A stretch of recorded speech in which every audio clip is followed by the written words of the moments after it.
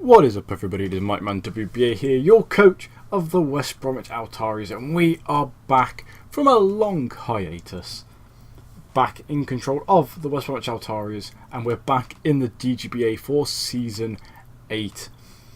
Now, we are in Dgba Poison Point League, which is the old D2. They've been renamed. D1 is now Speed Boost, D2 is now Poison Point. So we are starting off at not the bottom, because there's still a lot of great guys here, presumably.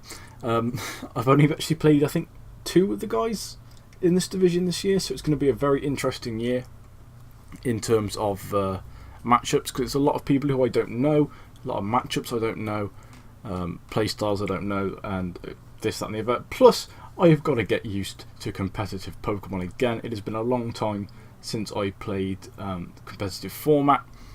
Been playing a lot of random battles on Showdown recently, and now they've brought out that random monotype ladder. I've been playing a bit of that, but I am very, very rusty, and I think you'll find that out when we look at the draft. But we're going to kick it off. These are all the teams for Division 2 or Poison Point this year. You'll notice in the background is the old wallpaper from, I think, Season 6 for Division 1. Basically, we don't have an updated one of these, so I'm just using it just because we are on there. But we have a lot of new teams. Now, you will recognise maybe, and this was actually in the order that the draft happened. You'll notice down here we have Packfan, the Green Bay Packers. You might recognise him. You might recognise CMR of the San Antonio Spurs. I don't think he was in. He wasn't in D1 last time I was here, but he was in D2, I believe. So he was in the league, just not in our league. He was in the other division, and I think everybody else is new, with maybe the exception of Luke. I think Luke as well was in D2, but Packfan here is the only person I've ever played before in draft format, and I can't remember how well we did against him, but probably not great knowing my luck. So it's going to be a very interesting season. But just a quick run through the teams. We have the Jersey Pursuit, coached by KHD Gaming.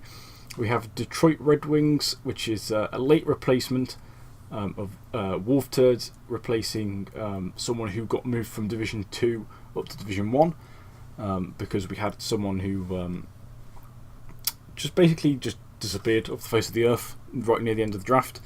I have got these 2 logos the wrong way around, actually. We have the Fapping Spinder, which is Bill.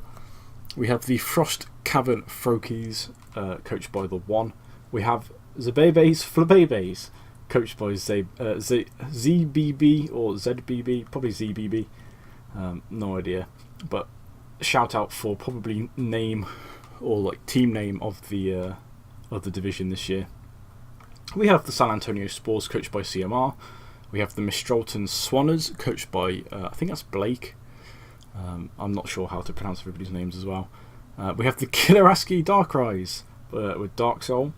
Dark Soul appears to be the meme of the group, but still a decent team, and from what I've heard, quite a good coach.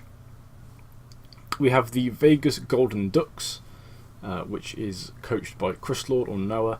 We have the Inglewood Infernape, coached by King Clyde. The New York Gallades, coached by DKK.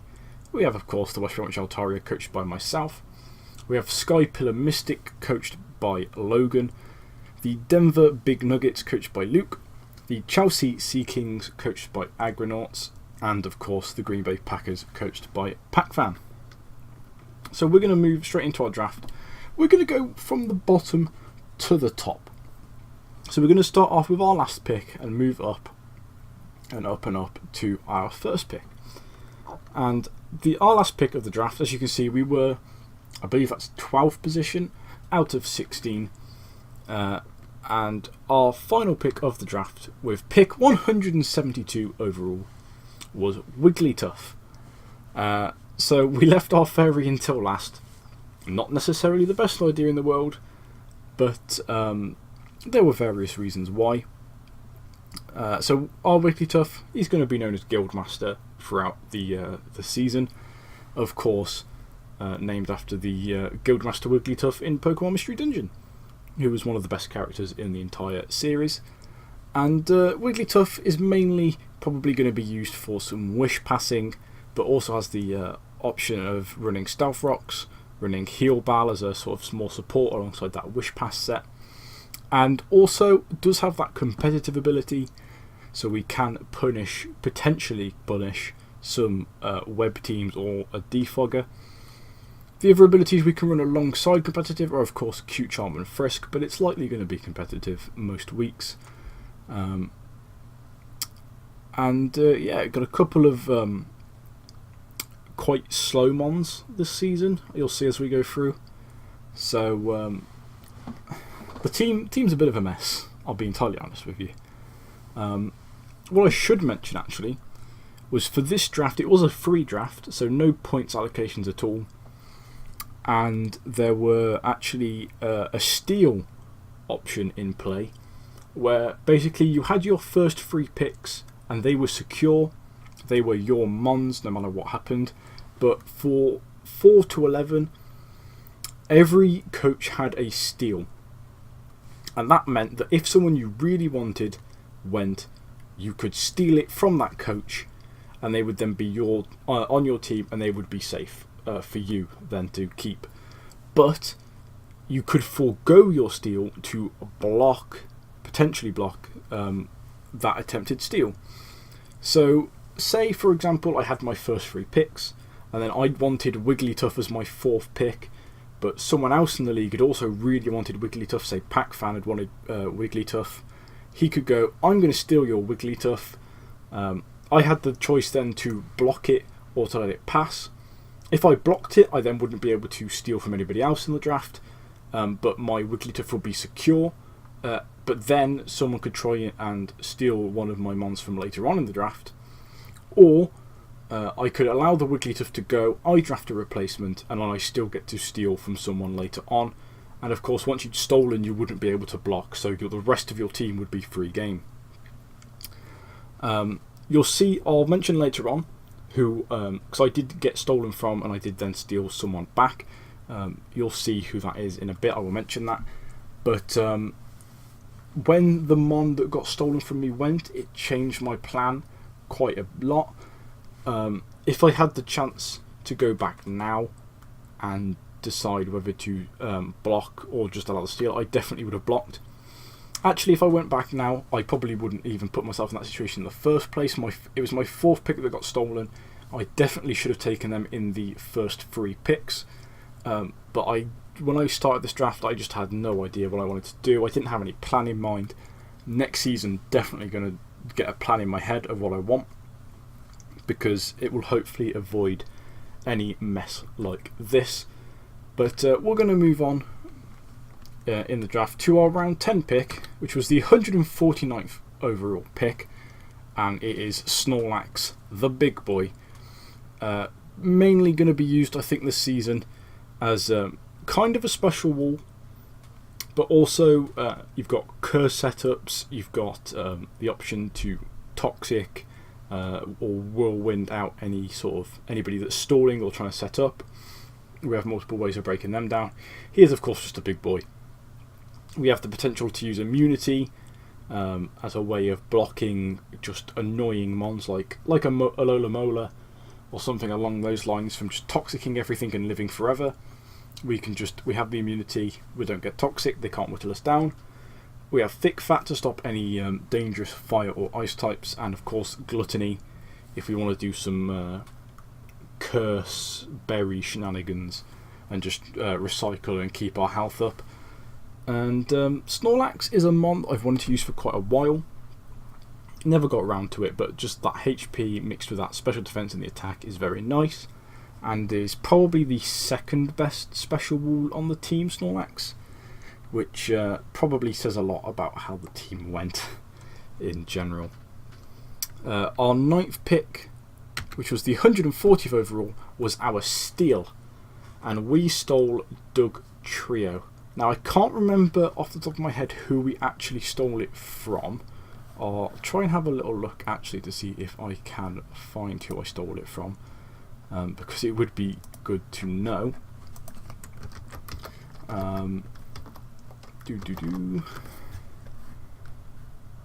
I stole Dugtrio from Luke, I believe it was, and he then replaced his Dugtrio pick with Palisand.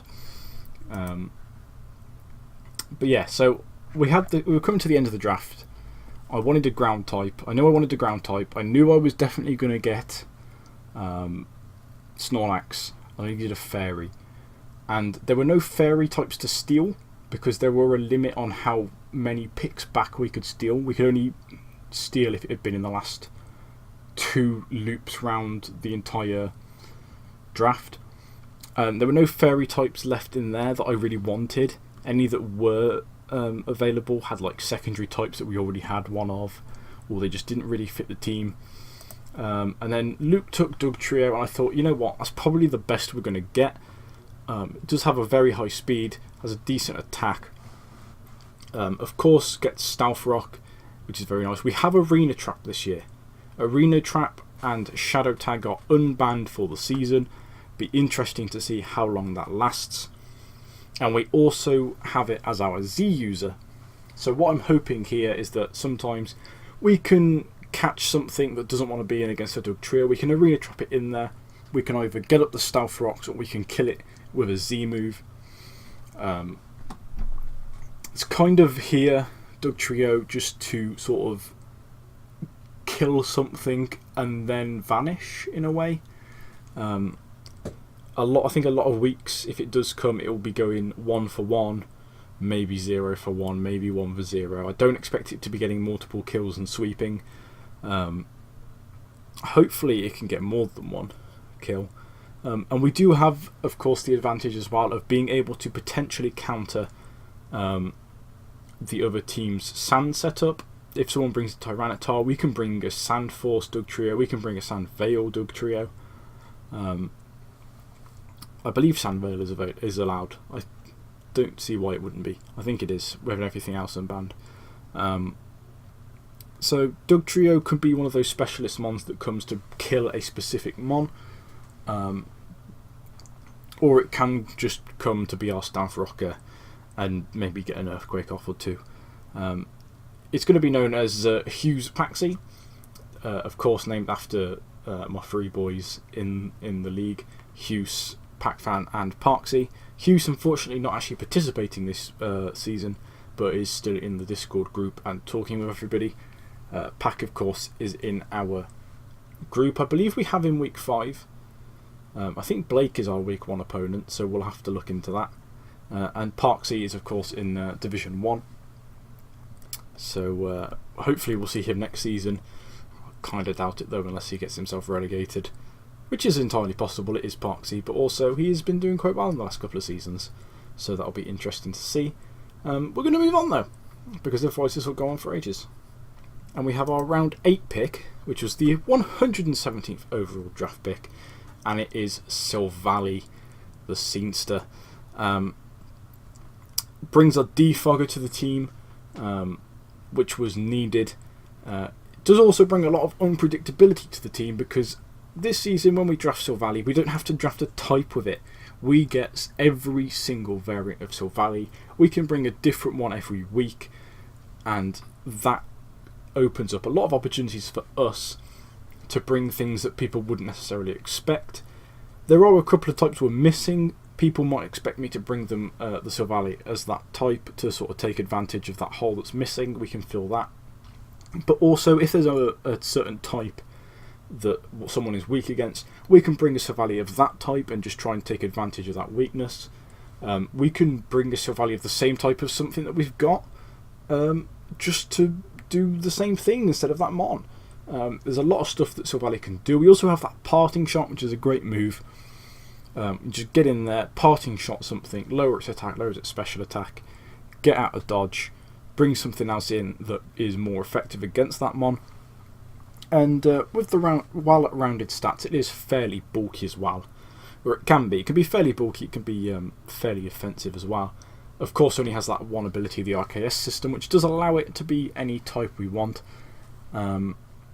So that'll be a week by week basis. What Sylvalia we bring, if we do bring it, and what we want to do with it every week. Sometimes it'll be offensive, sometimes it'll be defensive, and it'll probably be wrong every time. But I have used Sylvalia before, did decently well with it. So hopefully we can carry on the good Sylvalia plays.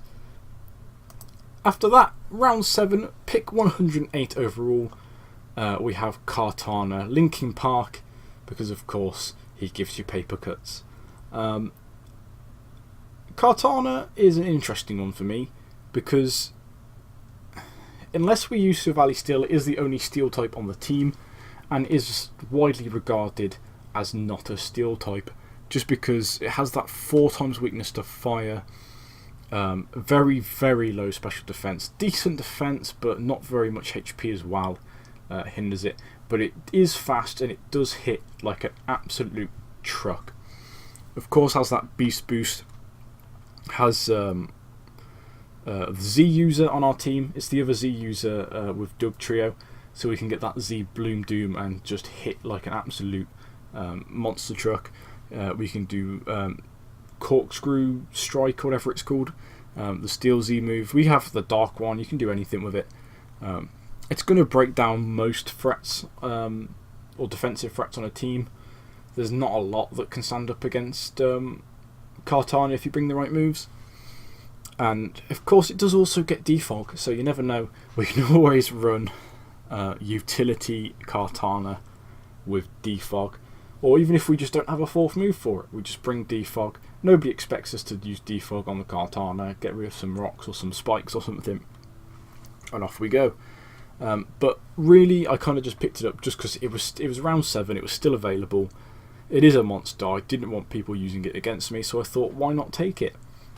A couple of these mons, I've said in our transaction chat, that if anybody wants to offer me a good trade for it, go right ahead. Kartana was one of those mons that I said, you know what, if you really want it, give me an offer, you can have it, I'm not that fussed, as long as it's a good deal. Nobody's took us up on it yet, but maybe they will in the future. But we'll move on to our 6th pick of the draft, Mega Gyarados.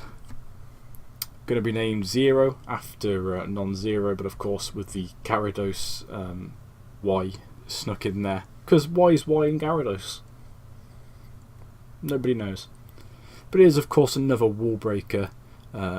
Before it Mega Evolves, we have the opportunity to run Intimidate, get some attack drops on some dangerous mons, or we could run it Moxie, try and get a kill on a weak mon, get that Moxie boost off, and then Mega Evolve, because it isn't first turn Mega again in the Dgba. You can Mega Evolve whenever you want, you don't even have to Mega Evolve, you can do whatever you want. And obviously has Dragon Dance to set up in most situations. So Mega Gyarados originally wasn't on my list, sort of wasn't on the drawing board for me, but originally we had Milotic on the team. You'll see in a minute that we don't have Milotic on the team anymore. Milotic was the mon that was sniped from us, or stole from us. So plans changed. There wasn't really another bulky water that I desperately wanted, so I picked up a different mon instead of Milotic. A mon that I didn't want anybody else to get, and I was going to plan on picking the round after I picked Milotic. Then it was getting down, I thought, I need a water type. Why not get an offensive water type? Why not go Gyarados? And I did. I went Mega Gyarados, and hopefully it will be a really good mon. And to be honest, it's got good stats pretty much all round. We don't even have to go offensive Gyarados. If we wanted, we could go full non-zero. We could go sort of like a bulky Mega Gyarados, run T-Wave, run Toxic, run whatever you want, and just try and frustrate people and break them down. Mega Gyarados, it's a mon that I haven't got much experience with, and I'm hoping I can do some good work with it. round 5, and it is the 76th overall draft pick, and it is Dgba, a mon that I'm fairly familiar with by now. I've used it multiple times. It's a great rapid spinner, it's a great spin blocker, it hits like an absolute truck. Quite a good assault vest user. With that steelworker ability, gets 3 stabs, which it's always nice to have 3 stabs. The ghost, the grass, and the steel. And it's just, I like Dgba. It's just a cool mon. It looks cool. It is cool. It's got a cool move set. It's a cool play style. Gonna call it Ahoy. It's what we called it before. It's a pirate. It's a pirate anchor. What else is there to say about Dgba? It's a great little mon. I did think honestly about running this as one of our Z users because of that 3 stab option.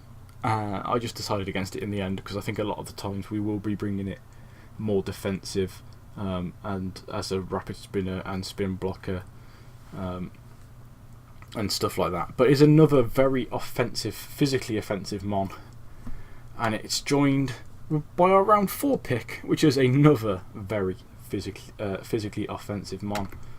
It's Concalder. It's going to be named after good buddy Has.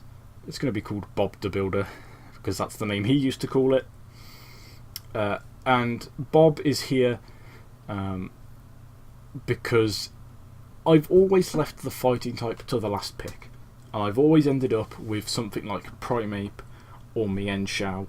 And while they're good, they're not like really good. And Concalder is a very strong boy indeed. With that 105 HP, it's going to live quite a lot of hits. With that 140 attack, it's going to do a large chunk of damage back. You can Drain Punch, get a load of your health back. You can run Guts as well with it. So if anyone tries to status something, you can switch the Concalder in, take that status, hit back even harder with the Guts. If you don't want to run Guts, you can run Sheer Force or Iron Fist and just boost all of your slaps so much harder. I think we have a great offensive call to stop people defensively setting up on us. If that makes sense, I don't think it does. I don't think we're going to get walled by much this season. I think we're always going to have enough of a offensive pressure to stop people trying to set up, and if we don't, we have ways around that with like the Snorlax and potentially running some things defensively and sort of status effects and stuff like that. And Concalder is another decent assault vest user actually, so maybe him and Dgba will be fighting it out over who gets the nice assault vest to wear outside. I don't know where I'm going with this at this point. But Concalder, I should mention as well, was the replacement for that Milotic pick. I was going to take Concalder round 5 with Milotic round 4. Milotic got stole, so I thought, I don't really want to replace Milotic like for like at the minute. I might as well take the Concalder early, and so I did.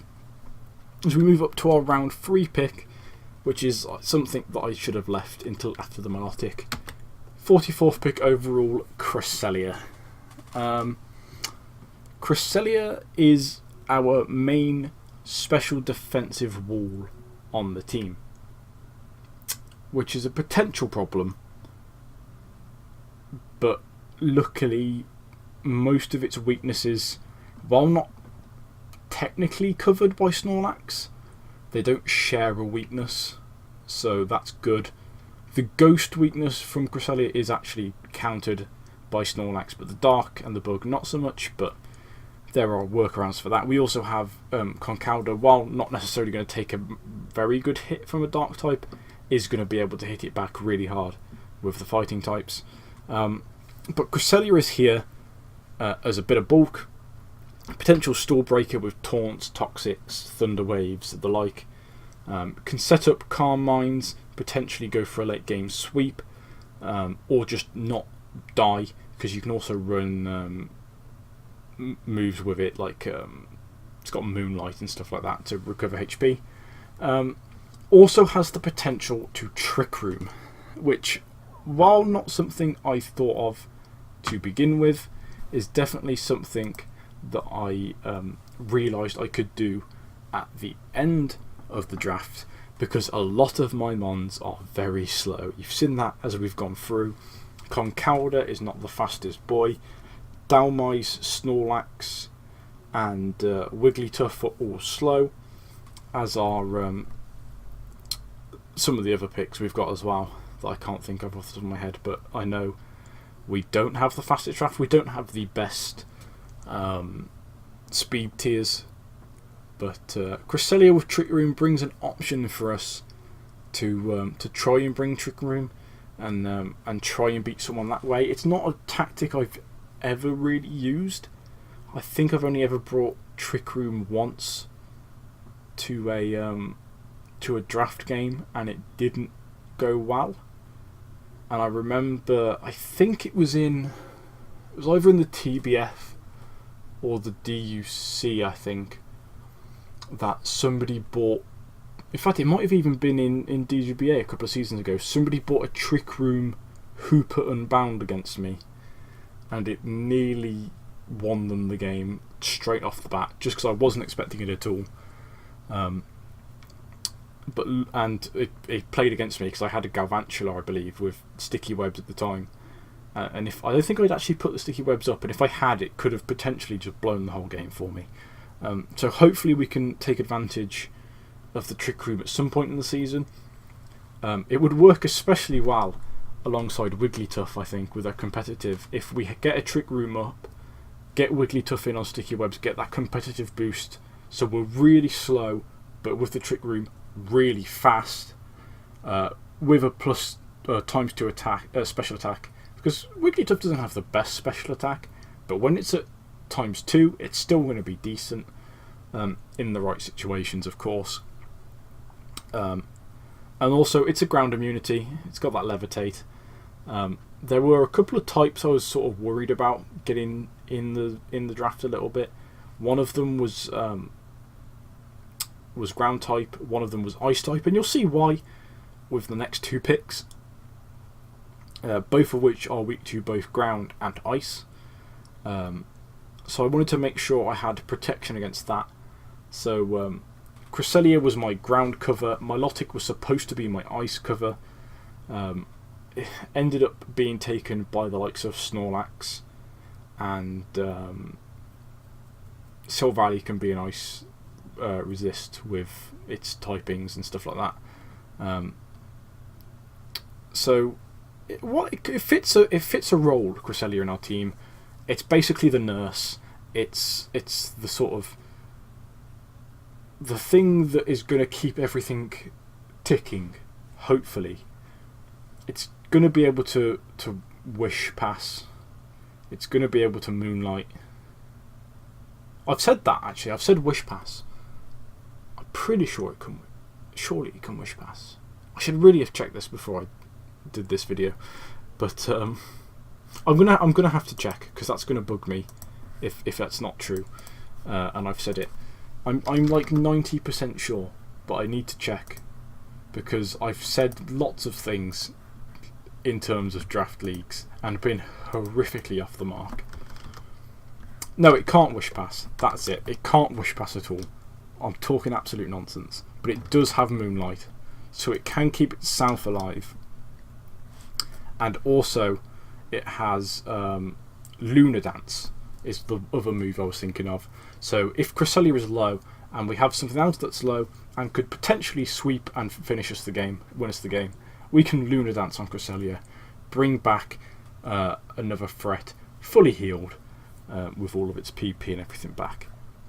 So no wish pass, but it does have that. Also has gravity, which, while it does kind of hit itself a lot, can also potentially hit a lot of other things, and could give Diglett a good time as well. So, on to the second draft pick, Naganadal.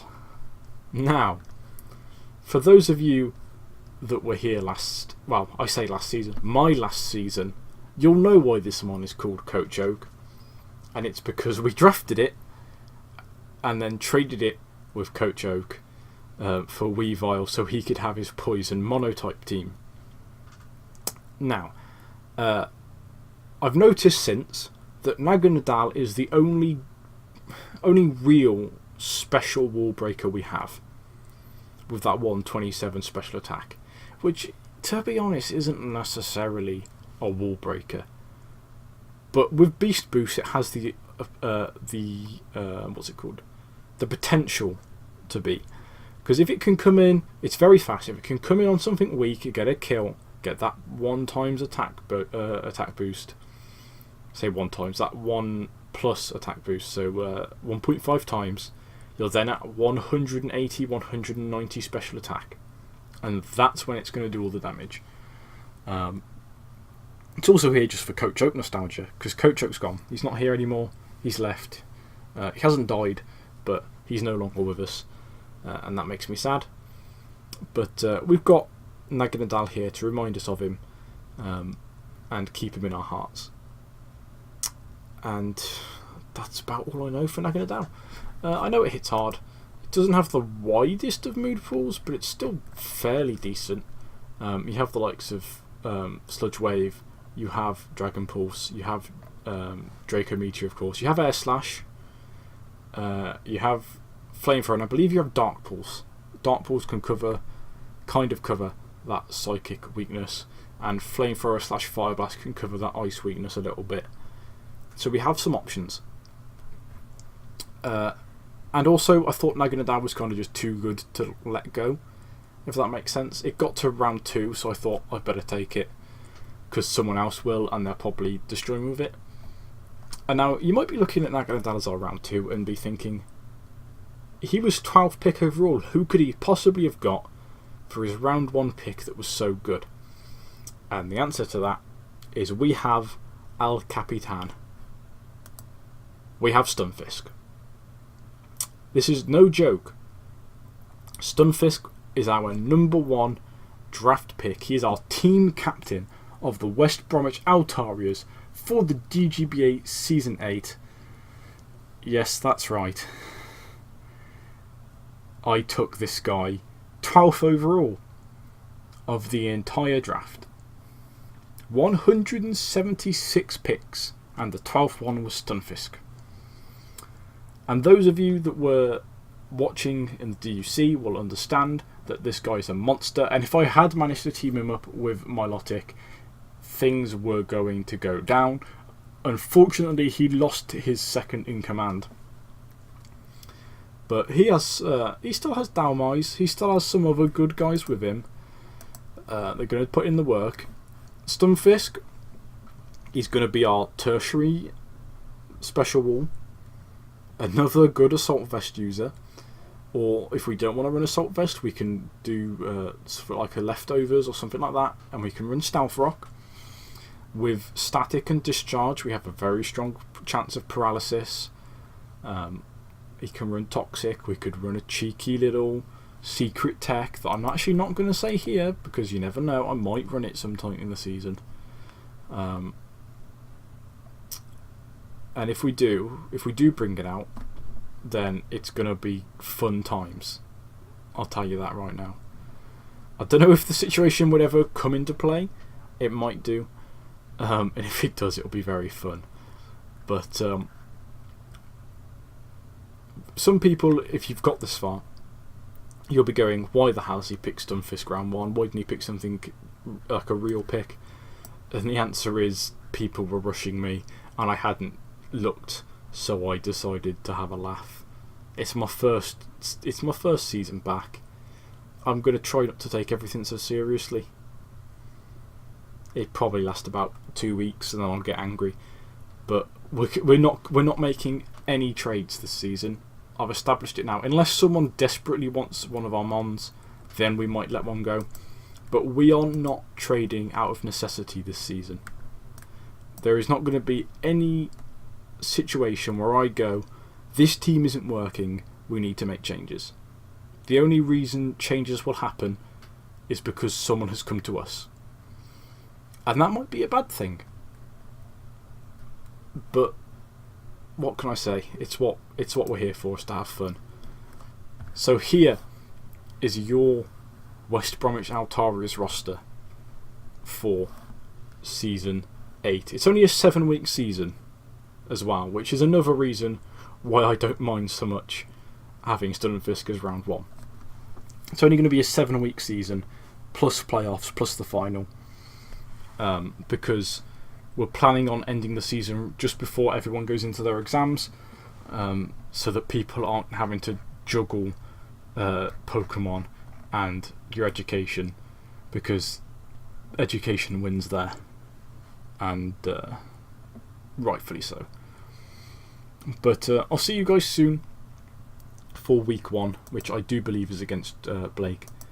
So thank you all for watching, and I'll see you guys soon.